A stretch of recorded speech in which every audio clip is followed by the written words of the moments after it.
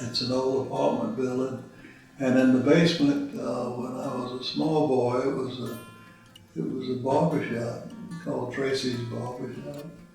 And Tracy had maybe 3 or 4 chairs in there, and the chairs were set on the terrazzo floor.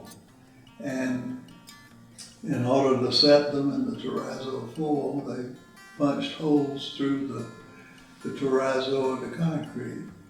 So therefore, and thereafter, every time we had a super high tide, water would squirt up about 3 inches high. And that was normally happened about 3 or 4 times a year. And particularly if it were raining, when there's no place for the water to go. And on the night before we were working on the Gilliard Auditorium project, we got flooded. We had a terrible rainstorm, and so the drawings, they got harder and harder to draw. They were slick with moisture, and of course we didn't have air conditioning in those days either. So we wound up just having to take off our shoes and roll up our pants to our knees and continue working, which we did, and worked all night. During the night I called a friend, a contractor friend, and he came over and he had sump pumps, and he pumped us out. But we had about 4 inches of water in the office, and it was just almost impossible to draw. The regular lead just would not stick on the tracing paper.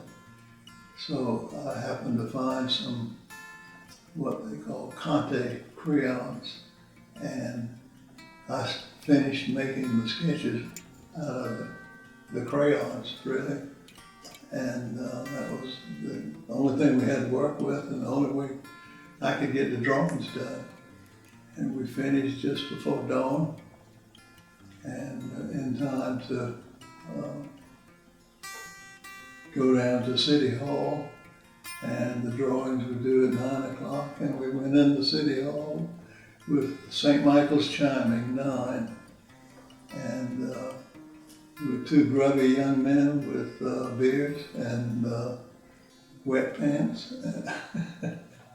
But we got the drawings in, and we were fortunate enough to have our design selected to be built.